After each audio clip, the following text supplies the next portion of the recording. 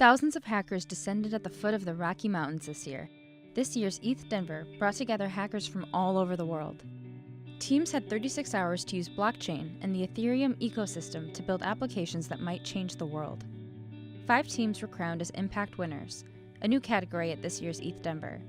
Participants on the Impact track submitted projects under the United Nations Sustainability Guidelines. Judging was based on usefulness, design, technical sophistication, creativity, diversity awareness, and their ability to make the world a better place. Those winners included Siva Kannan and his team Welfair. Welfair set out to create a community-driven fund, one where people who want to give back to the community get something in return.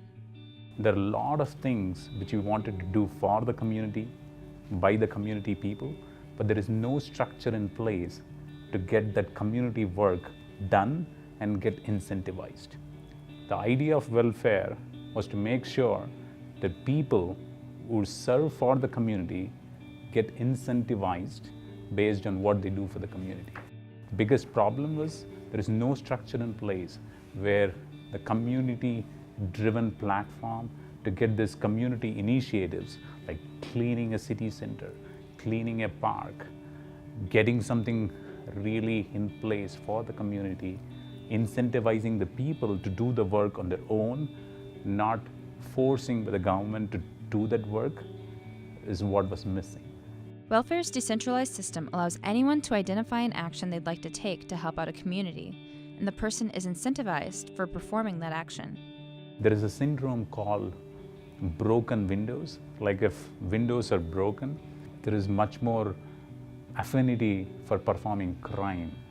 So the way you actually fix that community is to actually make sure that the community is cleaner, it's much more safer. So the only way to do that is to actually incentivize the community people to actually go and help the community to make it better. Kannan was inspired by his native India, where he saw the less fortunate unable to access certain educational opportunities due to their circumstances. Even the basic levels of going and getting electricity or going and getting the needed sanitation, which is needed to make sure that you can really excel in your studies, was not there. But there are a lot of people who are capable of going and helping these community people. And there is no structure in place. The only way it could work is like, let's say if I'm a friend of yours, I can go and tell that I have a house which has electricity, let me get you in and you can study. But what about people who don't have friends, who don't have the community environment? How do you make sure that they also have an environment where they can survive and excel? Welfair set out to use blockchain and a decentralized system so that anyone and everyone can get involved in giving back and seeing the results. It's not like you're restricted. It's not that because I'm affiliated to the government. It's not because I know these kind of people or these list of people. Anyone could participate in this economy and anyone could get incentivized in this economy. So the way you authorize and get into the system should be seamless. The way you get incentivized should also be seamless. That's when this decentralized economy or this decentralized system will proliferate and we'll see the benefits. Getting people to use blockchain to give back is not without challenges. People must understand how the system works in order to buy into it. But by using blockchain, everyone will have access to the same information and rewards. So like similar to, why you need a decentralized economy, why anyone can participate. It's called information asymmetry, where if I have more information, I should not get benefited because I have more information than you.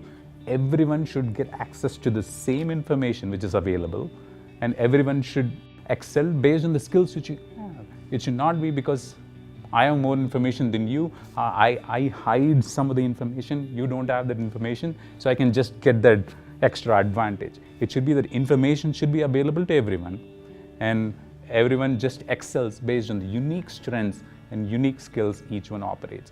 So the biggest challenge is education, and for the education to happen, it needs people who believe fundamentally, not because of the incentive of, my cryptocurrency is becoming bigger or higher.